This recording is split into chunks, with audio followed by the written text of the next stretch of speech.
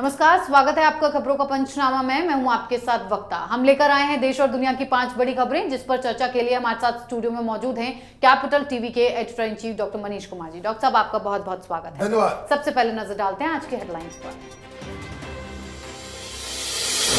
वानखेड़े की शिकायत पर एससी आयोग ने लिया संज्ञान। आरोप गलत हुए तो नवाब मलिक पर हो सकती है कार्रवाई। ड्रग्स केस में एनसीबी और बीजेपी नेता पर आरोप लगाकर बुरे फंसे नवाब मलिक। बीजेपी नेता मोहित कंबोज ने ठोका 100 करोड़ रुपए का मानहानि का केस और दी चेतावनी।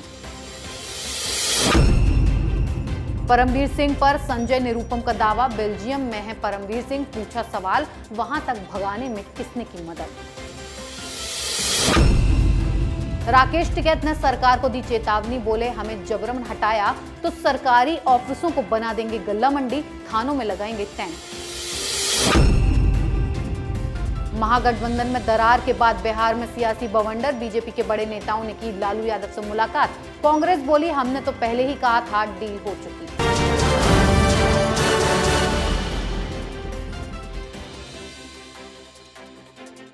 सबसे पहले बात करेंगे नवाब मलिक की। वानखेड़े पर आरोप लगाने वाले नवाब मलिक अब बुरे फंस चुके हैं। दरअसल नवाब मलिक ने पिछले दिनों वानखेड़े पर धर्म बदलकर नौकरी हासिल करने के आरोप लगाए थे। इसको लेकर वानखेड़े ने अनुसूचित जाति आयोग में शिकायत की, जिस पर आयोग ने संज्ञान लिया। कहा यह भी जा रहा है कि अगर जांच के दौरान नवाब मलिक के आरोप गलत पाए गए तो उनके खिलाफ कार्रवाई हो सकती है। एससी आयोग के उपाध्यक्ष अरुण हल्दर ने कहा कि समीर वानखेड़े ने कोई धर्म परिवर्तन नहीं किया, जिसके बाद नवाब मलिक ने एससी आयोग के उपाध्यक्ष पर भी निशाना साधा और कहा कि हल्दर जी, आप एक संवैधानिक पद पर बैठे हैं, उसकी गरिमा रखें। डॉक्टर साहब, नवाब मलिक क्यों समीर वानखेड़े के पीछे पड़ चुके हैं? रोज नए आरोप लगाते हैं। देखिए, आज फिर उन्होंने एक नया शगुफा कर दिया और दावा ठोकने लग गए। अब दरअसल दिक्कत क्या है कि नवाब मलिक अपने खुन्नस में, अपने पर्सनल स्कोर्स को सेटल करने के चक्कर में वो इतने आगे निकल गए हैं कि अब उनका पीछे आने का कोई रास्ता खुला हुआ नहीं है जी। अब हो क्या रहा है, समीर वानखेड़े ने बाकायदा अपने डिपार्टमेंट को हर जगह अपनी जो प्रामाणिकता है कि वो महार जाति के हैं, उनके पिता हिंदू थे और वो एक दलित हैं, और जो उन्होंने नौकरी पाई है वो बहुत ही वैलिड ग्राउंड्स पे उन्होंने रिजर्वेशन का फायदा उठाया है। अब ये बार बार इस चीज को कहा जा रहा है, तो जो एससी एसटी कमीशन है उसको तो यही अब जांच करनी है कि भाई दावे किसके सही हैं। दावे अगर समीर वानखेड़े के सही हो रहे हैं जी, जो वाकई में हैं, तो कमीशन को नवाब मलिक के खिलाफ कुछ न कुछ एक्शन लेना पड़ेगा। क्योंकि जब कोई शख्स कह रहा है कि भाई मैं दलित हूं, मेरे फादर ये हैं, आप उसको जबरदस्ती इस चीज के लिए प्रताड़ित कर रहे हो कि आपने गलत फायदा उठाया, तो ये एक इसको कह सकते हैं कि एससी एसटी एक्ट के तहत इसे एक डिस्क्रिमिनेशन का मसला माना जाएगा। और इसलिए जो आयोग के उपाध्यक्ष हैं उन्होंने वो बयान दिया कि भाई कार्रवाई होगी। अब नवाब मलिक ये कह रहे हैं, आप देखिए नवाब मलिक कोई धमकी, आप ये भी कह रहे हैं कि संवैधानिक पद पे हैं आप, और आप ये भी उनको कह रहे हैं कि भाई आप अपनी मर्यादा में रहे जी। दोनों ही बातें कैसे होगी? आदर तो कोई संवैधानिक पद पे है, आप सुप्रीम कोर्ट के जज संवैधानिक पद पे हैं, उन्होंने अगर कोई बयान दिया, आप उलट करके उन पे आप जवाब तलब करेंगे और ये भी कहेंगे कि भाई आप मर्यादा में रहे, तो ये दोनों बातें चलेंगी नहीं। ये मसला कॉम्प्लेक्स होता जा रहा है, और जिस हिसाब से नवाब मलिक फंसते चले जा रहे हैं, वो न सिर्फ नवाब मलिक के लिए बल्कि एनसीपी और वहां की अघाड़ी सरकार के लिए एक शर्म का सबब बनने वाला है। जी डॉक्टर साहब, अगली खबर भी नवाब मलिक पर हुए एक्शन से जुड़ी हुई है। जेल से रिहा होने के बाद आर्यन को बेशक राहत मिल गई हो, लेकिन एनसीबी और बीजेपी को निशाना बनाने वाले नवाब मलिक की मुश्किलें बढ़ गई हैं। अब बीजेपी नेता मोहित कंबोज ने नवाब मलिक पर 100 करोड़ का मानहानि का मुकदमा ठोका है। ये कार्रवाई नवाब मलिक के उस बयान पर की गई है जिसमें उन्होंने कहा था कि एनसीबी ने क्रूज पर रेड के दौरान 8 की जगह 11 लोगों को हिरासत में लिया गया था, लेकिन फिर बीजेपी नेता का फोन आया और 3 लोगों को रिहा कर दिया गया। मलिक ने यहाँ यहां तक दावा कर दिया था कि छोड़े गए लोगों में मोहित का साला भी था। नवाब मलिक ने इस बयान के बाद मोहित ने पहले उन्हें नोटिस भेजा और अब हाईकोर्ट में 100 करोड़ का मानहानि का केस भी ठोक दिया है। डॉक्टर साहब, नवाब मलिक क्यों अपने बेटों के बयानों की वजह से फंसते जा रहे हैं? रोज नए आरोप लगा देते हैं। देखिए, इस तरह के बयान जो दिए गए उसके खिलाफ कोई भी शख्स ये जाएगा, क्योंकि आप ये आरोप लगा रहे हैं कि किसी बीजेपी लीडर के कहने के ऊपर कुछ ड्रग लेने वाले लोगों को छोड़ दिया गया, उसका कोई रिश्तेदार था या कोई दोस्त था। जो बातें तथ्य के ऊपर आधारित नहीं है। नवाब मलिक ने समीर वानखेड़े के लिए कई सारे सर्टिफिकेट्स, फोटोग्राफ्स, पता नहीं क्या क्या उन्होंने सबूत के तौर पे भेजा जी। दाढ़ी वाले के बारे में सवाल किया, वो कासिफ खान को फिर उन्होंने घसीटा। अब ये जो बीजेपी के लीडर हैं, अगर इनकी सच्चा, आप ये समझिए कि जो आदमी सही जगह पे है वही तो कोर्ट जाएगा जी।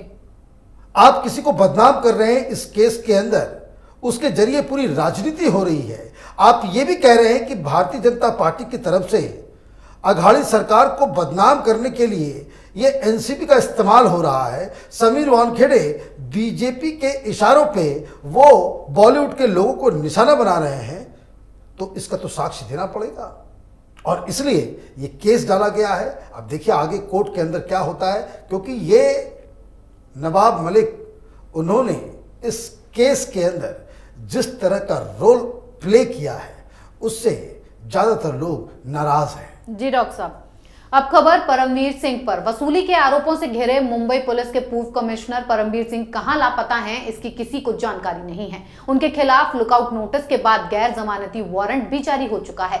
लेकिन इस बीच कांग्रेस नेता संजय निरुपम ने चौंकाने वाला दावा किया है कि परमवीर सिंह बेल्जियम चले गए हैं। इस मुद्दे पर उन्होंने उद्धव सरकार को घेरने की कोशिश की है। संजय निरुपम ने ट्वीट कर कहा है कि मुंबई पुलिस के पूर्व पुलिस कमिश्नर मंत्री पर हफ्ता वसूली का आरोप लगाया था। खुद 5 मामलों में वांटेड हैं। पुलिस ने कहा है कि ये फरार हैं। पता चला है ये बेल्जियम में है। बेल्जियम गया कैसे? इसे किसने सेफ पैसेज दिया? क्या हम अंडर कवर भेजकर इसे ला नहीं सकते?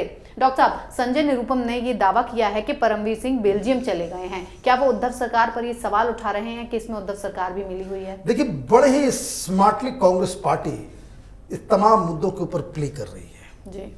सुशांत का मसला आया था, संजय निरुपम कूद पड़े। कोई भी इस तरह का विवादित मसला आता है, पालघर का मसला आया, संजय निरुपम कूद पड़े। जी। अब इस शाहरुख खान के बेटे के दौरान जिस तरीके से सरकार की किरकिरी हो रही है, वहां पे सरकार किसकी है? तो शिवसेना, एनसीपी और कांग्रेस पार्टी की। कांग्रेस पार्टी हर बार जब भी इस तरह की चीजें सामने आती है जिसमें सरकार के दामन में दाग लगना शुरू होता है, कांग्रेस पार्टी अपने आप को अलग कर लेती है। सरकार मिलजुल के चला रहे हैं ये लोग, सरकार इनकी, और सवाल ये अपनी ही सरकार से पूछ रहे हैं जी। कि परमवीर सिंह ने तो उगाही का आरोप लगाया था, वो खुद उगाही कर रहा था, तो ये सवाल तो उद्धव ठाकरे से पूछा जा रहा है। जी। भाई, परमवीर सिंह को आपने ही बनाया था, सचिन वाजे आपका ही आदमी था जी। आप लोगों ने ही उसे नियुक्त किया और वही उगाही कर रहा था, और उसके बाद ये भाग गया।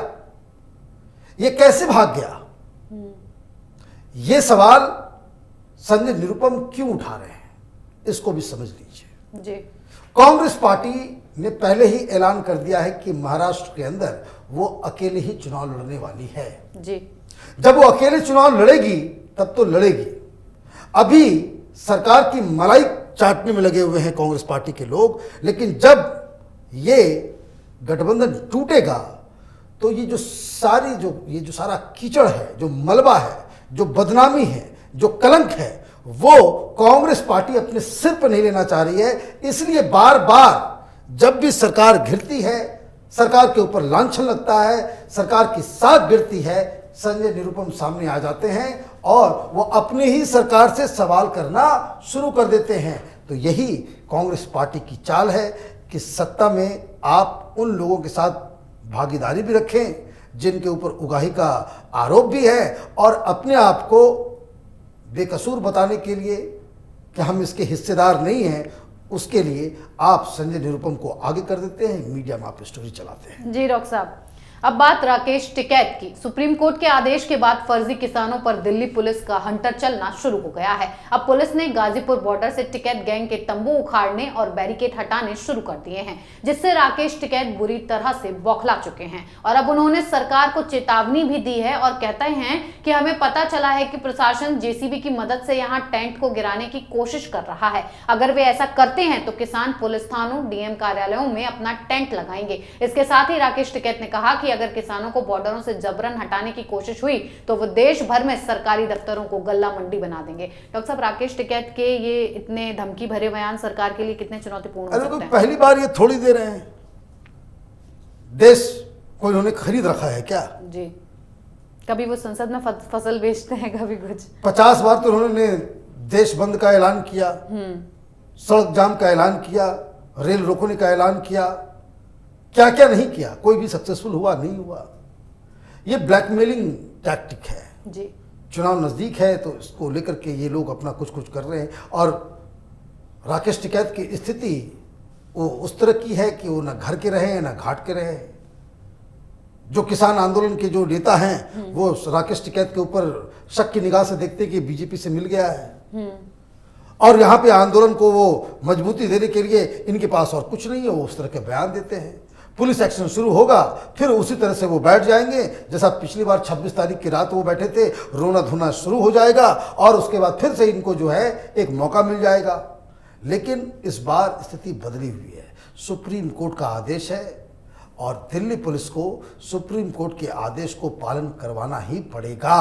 अब इसके लिए राकेश टिकैत को तिहाड़ में डाला जाए, इसके लिए राकेश टिकैत को और उसके जो सारे जो लोग हैं जो हाईवेज को जाम करके रखे हुए हैं उनको हटाया जाए, जबरन हटाया जाए, फोर्स का इस्तेमाल किया जाए। लेकिन सुप्रीम कोर्ट के फैसले को तो लागू करवाना ही पड़ेगा और सरकार इस फैसले को लागू नहीं करवा पा रही है तो इसका मतलब ये है कि सरकार की ये बहुत बड़ी फेलियर है। जी डॉक्टर साहब, आखिरी खबर बिहार की सियासत पर। बीजेपी के वरिष्ठ नेता और पूर्व राज्यसभा सांसद आर.के. सिन्हा और नंदकिशोर यादव की लालू प्रसाद यादव सहित आरजेडी के बड़े नेताओं के साथ मुलाकात हुई। इससे मुलाकात ने बिहार की राजनीति में नई अटकलों को जन्म दे दिया है। राज्य में 2 विधानसभा सीटों पर उपचुनाव से ठीक पहले हुई इस मुलाकात ने कांग्रेस को चौकन्ना कर दिया, जो इन दिनों आरोप लगा रही है कि बीजेपी और आरजेडी के बीच गठबंधन हो सकता है। डॉक्टर साहब, बीजेपी के वरिष्ठ नेताओं की लालू यादव से मुलाकात के क्या मायने हो सकते हैं? देखिए, कांग्रेस पार्टी की मति भ्रष्ट हो गई है। उनको एक नए तरह के राजनीतिक कल्चर में सब कुछ करने में मजा आ रहा है। और वो क्या है नया ये है कि इन्होंने तो उठा लिया टुकड़े टुकड़े गैंग के लोगों को। लालू यादव जेल से बाहर आए हैं, वो भाग के नहीं आए, कोर्ट के द्वारा उनको रिलीफ मिला हुआ है जी। तबीयत उनकी खराब है। कोई वैसे लीडर जो कभी यूनिवर्सिटी के दौरान, कॉलेज के समय या फिर ऐसे भी मिलने नहीं जा सकता क्या? जी। 2 दिन पहले लालू यादव ये कह रहे थे कि उन्होंने सोनिया गांधी से बात की। क्यों बात की? क्योंकि राहुल गांधी का ये जो चेला चपाटी गैंग है कन्हैया, उसने सीधे हमला बोल दिया तेजस्वी यादव पे, लालू यादव के ऊपर। बहुत हॉट टॉक हो गया मीडिया में जी। बिलो द बेल्ट अटैक किया गया, लठैत बता दिया गया, पता नहीं क्या क्या कन्हैया कुमार ने। भाई ये तो वामपंथी है, इनकी भाषा का मर्यादा ही नहीं इनके पास होता है। तो मसला गड़बड़ाने लगा। लालू यादव ने बयान दे दिया, भाई कांग्रेस पार्टी के साथ हाथ मिलाने का मतलब है हार को स्वीकार करना। जी। फिर सोनिया गांधी फोन करती हैं। लालू यादव का कल का बयान था कि भाई बिहार में जो कुछ होता है नेशनल लेवल पे हम कांग्रेस पार्टी के साथ हैं। उन्होंने पैचअप कर दिया। जी। लेकिन फिर आज कांग्रेस पार्टी की तरफ से जिसको कह सकते हैं अमर्यादित बयान आए। भाई नंदकिशोर यादव लालू यादव के से बहुत पहले से उनकी जान पहचान है जी। अभी तो जुम्मा 4 दिन हुआ है कन्हैया कुमार को कांग्रेस पार्टी में आए हुए, राहुल गांधी को राजनीति शुरू किए हुए। इन लोगों की जो राजनीति है वो 70 से चल रही है, जेपी आंदोलन से चल रही है। जी। इन लोगों के तो कोई उस तरह का न ज्ञान है, ना उसके बारे में कोई जानकारी है। एक जिसको कह सकते हैं कि भाई औपचारिक मीटिंग जो होता है, जो भाई आप एक समाज में रहते हैं, ये कांग्रेस पार्टी यही चाहती कि जिस तरीके से इनके रिश्ते हर पॉलिटिकल पार्टी के लीडर से खराब हो चुके हैं। ममता बनर्जी मिलती है, ममता बनर्जी कह रही है कि भाई कांग्रेस पार्टी तो खत्म हो गई, नॉन सीरियस लोग हैं जी। तो आप सीधे सीधे आप लालू यादव और इसके ऊपर आपने निशाना साधना शुरू कर दिया। ये कोरी अफवाह है। जी। लालू यादव एक मंझे हुए राजनीतिज्ञ हैं और आरजेडी भारतीय जनता पार्टी के साथ कभी हाथ नहीं मिला सकती है। अगर मिलाएगी तो आरजेडी का अस्तित्व ही बिहार में खत्म हो जाएगा। इसलिए कोई प्राइवेट मीटिंग को एक इसको कह सकते हैं कि आदमी शिष्टाचार में लोगों से जो मिलने जुलने जाते हैं उसको भी अगर राजनीतिक रंग दिया जाता है, ये कांग्रेस पार्टी की वैचारिक दरिद्रता का परिचायक है। जी डॉक्टर साहब, बहुत बहुत धन्यवाद इतनी जानकारी के लिए। धन्यवाद। खबरों का पंचनामा में आज के लिए इतना ही। देश विदेश की बाकी खबरों और उनके सटीक एनालिसिस के लिए देखते रहिए कैपिटल टीवी। हमें लाइक कीजिए, शेयर कीजिए और कैपिटल टीवी को सब्सक्राइब कीजिए। नमस्कार।